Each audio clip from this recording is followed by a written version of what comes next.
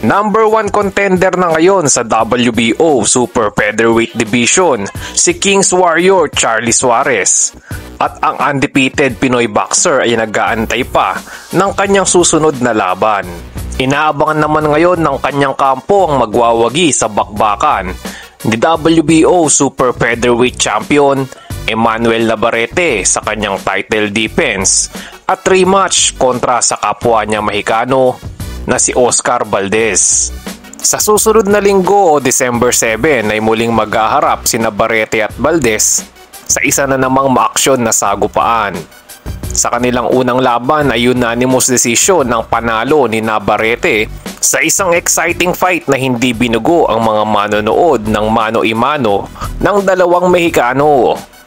Kasalukuyang may kartada ang 3-division world champion na si Navarrete ng 38 wins, 2 defeats, 1 draw with 31 wins by way of knockout.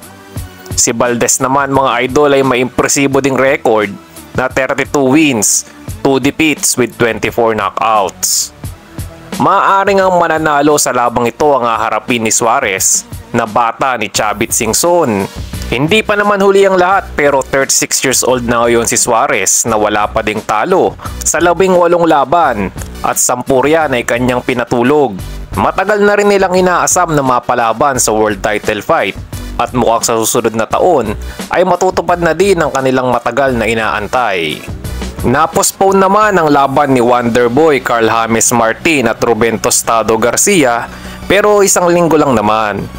Una naman talagang inanunsyo dati ng Viva Promotions na December 6 ang muling pagbabalik ni Wonderboy, ngunit ginawang November 30 at ngayon ay binalik ulit sa original date. Mag-aantay pa tayo ng isang linggo sa pagtosta ni Martin sa pang-rank 651 na kalaban.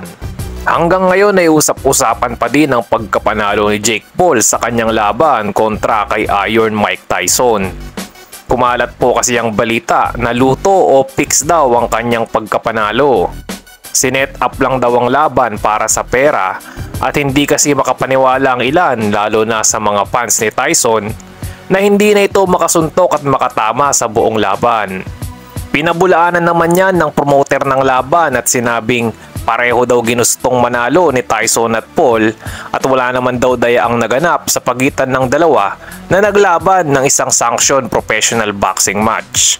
At speaking of Jake Paul ay payag daw si King Ryan Garcia na labanan nitong si Paul at kailangan lang naman daw niyang magpabigat hanggang 185 pounds at papatulan niya na ang YouTuber turned boxer.